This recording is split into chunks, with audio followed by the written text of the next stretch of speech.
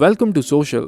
Rocket boys जैसी web series हमारे cinema के लिए बहुत ज़रूरी है। हमें क्राइम ड्रामा स्टोरी से आगे बढ़ना है और रॉकेट बॉयज जैसे शोज डेफिनेटली हमारे कंटेंट का लेवल अप करते हैं।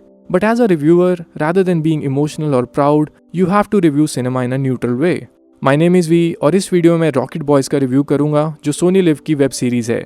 ये एक सिनेमैटिक रिव्यू होगा जिसमें फिल्म मेकिंग और टेक्निकल एस्पेक्ट से जुड़ी चीज़ों को इलैबोरेट करूंगा। फॉर योर इन्फॉर्मेशन, मैं इस शो को सिर्फ शो में दिखाई गई स्टोरी से जज करूंगा। आई वोंट गेट इनटू कि रियलिटी में क्या हुआ या ये क्यों नहीं दिखाया या वो क्यों नहीं दिखाया and all that. So review शुरू करते हैं। सबसे पहले डिस्कस करते हैं कि मुझे शो में स्ट्रॉन्ग पॉइंट्स कौन से लगे। पंडित जी, मेरा एक प्रपोजल है इंडिया स्पेस प्रोग्राम से। इस वक्त हमारी ज़रूरतें कुछ और हैं। Number 1, unique story telling. ये वेब सीरीज दूसरे बाकी शो से डिफरेंट इसलिए है क्योंकि ये शो अपनी स्टोरी को बहुत ही सिंपल वे में दिखाता है। शो में बहुत सी साइंटिफिक कॉन्वर्सेशंस हैं और उन्हें ऑडियंस के लिए ब्रेक डाउन नहीं किया गया है, which is a good thing because it challenges the viewer to think themselves. वहीं दूसरी तरफ our main characters are not shown as perfect. They might be great scientist but personal life में दोनों ही struggle करते हैं। इस वेब सीरीज को जज करने का सबसे बेहतर तरीका यही होगा कि इसको आप दो कैरेक्टर्स की अलग अलग स्टोरी की तरह आप देखो, क्योंकि दोनों कैरेक्टर्स के एम्बिशंस अलग होते हैं and you have to realise that these characters are poles apart. जहाँ Vikram has always a smile on his face और वो हमेशा लोगों के बारे में पहले सोचता है, वहीं Homi is the one who is straight forward and he doesn't get affected by what other people think. ये दोनों ही कैरेक्टर्स पेट्रियोटिक हैं, पर इन्हें अपनी पेट्रियोटिकनेस जोर जोर से बोल के नहीं दिखानी पड़ती है। After all, these guys are visionaries and visionaries don't have to do chest thumping। वो बस अपने विजन से काम करते हैं और इतना कुछ कर जाते हैं कि आगे आने वाली जनरेशंस को इसका फायदा होता है। That is why I feel कि they call themselves mad scientists in the show। Strong point number 2, performances of Jim Sir and Ishwak Singh। इस शो में परफॉर्मेंसेज बिल्कुल टॉप नॉच हैं। परफॉर्मेंसेज से ज़्यादा I will like to give credit to the casting team, क्योंकि हर actor ने अपने कैरेक्टर को जस्टिफाई किया है। Jim sir in the role of Homi Bhabha, this will be definitely considered a high point of his career. जब भी वो स्क्रीन पे आते हैं तो शो की इंटेंसिटी बढ़ जाती है। वहीं Ishwak Singh in the role of Vikram Sarabhai, it is a very sorted and a calm performance. ऐसे कैरेक्टर्स को ढंग से प्ले करना बहुत ज़रूरी होता है क्योंकि उनके पास कोई लाउड सीन्स नहीं थे लाइक जिम सर। सो इसीलिए Ishwak really did a brilliant job in my opinion. And दोनों कैरेक्टर्स के जो भी सीन एक साथ हैं वो शो का बेस्ट पार्ट है। And if I tell you about my favourite scene in the show, there is this scene जहाँ पे होमी बाबा, विक्रम साराभाई और अब्दुल कलाम जी एक साथ बैठे होते हैं। जिस सिचुएशन पे वो एक साथ बैठे होते हैं और वहाँ पे क्या हो रहा होता है, वो मेरा फेवरेट सीन था इस पूरी सीरीज में। मंजिल मिलेगी भटक कर ही सही, गुमराह तो वो हैं जो घर से निकले ही नहीं। Number 3 strong point, production design.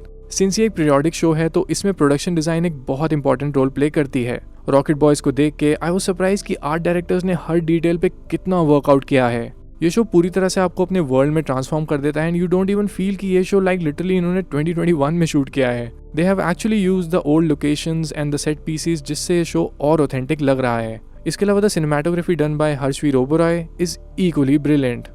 Number 4 strong point, music and background score. इस शो का म्यूजिक एक बहुत ही ओरिजिनल तरह का म्यूजिक है। ऐसा म्यूजिक ना हमने अपनी फिल्म्स में सुना है और ना वेब सीरीज में। रॉकेट बॉयज का म्यूजिक अंचित ठक्कर ने दिया है, जिन्होंने स्कैम 1992 का म्यूजिक भी कंपोज किया था। In my opinion he is the next big thing. ऐसे लगता है कि वो कंटेंट और उसके स्टाइल को बहुत अच्छे से इवैल्यूएट करते हैं, इसीलिए उनका म्यूजिक शो के लेवल को और ऊपर लेके जाता है। रॉकेट बॉयज की इंट्रो बीजीएम भी इतनी अमेजिंग थी कि मैंने एक बार भी इसको स्किप नहीं किया। So overall in music and background score, this show definitely becomes one of my top shows in this category. Number 5 strong point, supporting characters. इस शो में सपोर्टिंग कास्ट बहुत मेजर रोल प्ले करती है और सब ने ही एक रियलिस्टिक परफॉर्मेंस दी है। Rajat Kapoor in the role of prime minister Jawaharlal Nehru बिल्कुल टॉप नॉच हैं। Then talking about Arjun Radhakrishnan in the role of APJ Abdul Kalam is definitely the most coolest and the happiest character of the show.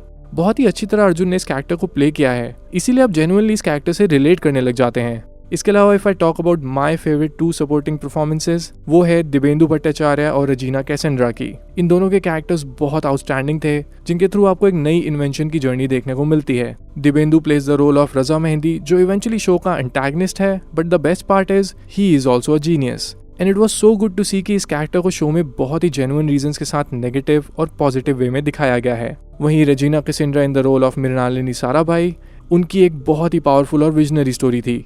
Even उनका role इतना बड़ा नहीं था, but I will still remember this character. If Vikram Sarabhai was a visionary for science, तो definitely Mrinalini ji was a visionary for arts. And this is so good to see कि show में उनके character को भी एक इंपॉर्टेंट कैरेक्टर की तरह दिखाया गया है। Now let's talk about a weak point, inconsistent narrative. मुझे ऐसे लगता है कि शो का नैरेटिव काफ़ी इनकंसिस्टेंट था। Like for example we know that कि Homi wanted to build a nuclear bomb, पर बीच में वो कहानी बैक स्टेज ले लेती है। वहीं दूसरी तरफ उनकी पर्सनल लाइफ को भी दिखाया गया है जहाँ काफ़ी शॉकिंग चीज़ें रिवील होती हैं, but it reaches nowhere as the story in the end. इसके अलावा ना आपको समझ आता है कि स्टोरी हर एपिसोड में कितने ईयर्स का लीप ले रही है, और ना कैरेक्टर्स देखने में ज़्यादा एज करते हैं। जिस तरह का ये शो है उसके हिसाब से शो की टेंशन हर एपिसोड में बढ़नी चाहिए थी, बट ऐसा नहीं होता है। मुझे ऐसा लगता है कि इस चीज़ से नॉर्मल ऑडियंस को बहुत प्रॉब्लम होगी शो से कनेक्ट करने में, इसलिए आई फील कि शो का नैरेटिव का पेस थोड़ा बेटर हो सकता था। Now coming to our rating, massy audience rating and cinephile audience rating. Massy rating for Rocket Boys is 2.5 stars. I think एक लार्जर सेक्शन ऑफ ऑडियंस को ये शो उतना एंगेजिंग नहीं लगेगा फॉर ऑब्वियस रीजंस, क्योंकि इसमें वो मासी एलिमेंट्स नहीं थे, and I am very sure कि इसलिए शो हमेशा थोड़ा अंडर अप्रिशिएटेड रहेगा। It might not become a huge success like scam 1992 was. Now cinephile rating for Rocket Boys is 4 stars. It's a must watch for cinephiles. ये show एक बहुत ही vision और प्यार से बनाया गया शो है, and it definitely deserves the attention by cinephiles. So in my opinion ये शो आपको बिल्कुल भी मिस नहीं करना चाहिए, एंड मैंने 4 स्टार्स की रेटिंग बहुत टाइम बाद किसी शो को दी है, so it really matters a lot. So please go and watch this show. Alright, ये तो था मेरा रिव्यू ऑफ रॉकेट बॉयज। आपका और मेरा ओपिनियन थोड़ा डिफरेंट भी हो सकता है, which is completely okay and democratic. आपका रॉकेट बॉयज को लेके क्या ओपिनियन है वो आप मुझे कमेंट्स में ज़रूर बता सकते हैं। मैं आपके कमेंट्स पढ़ता हूँ, and it's so good to see a healthy comment section. So let me know your opinion of rocket boys in the comments. तो चलिए, that's a wrap on this video. आप हमें इंस्टाग्राम, ट्विटर और Facebook पे follow कर सकते हैं @socialofficial, जहाँ आपको हर तरह की फिल्म और एंटरटेनमेंट से जुड़ी अपडेट्स मिला करेंगी। ऐसी और भी इंटरेस्टिंग वीडियोज़ के लिए देखते रहिए सोशल, हर उस चीज़ के लिए जो आप जानना चाहते हैं।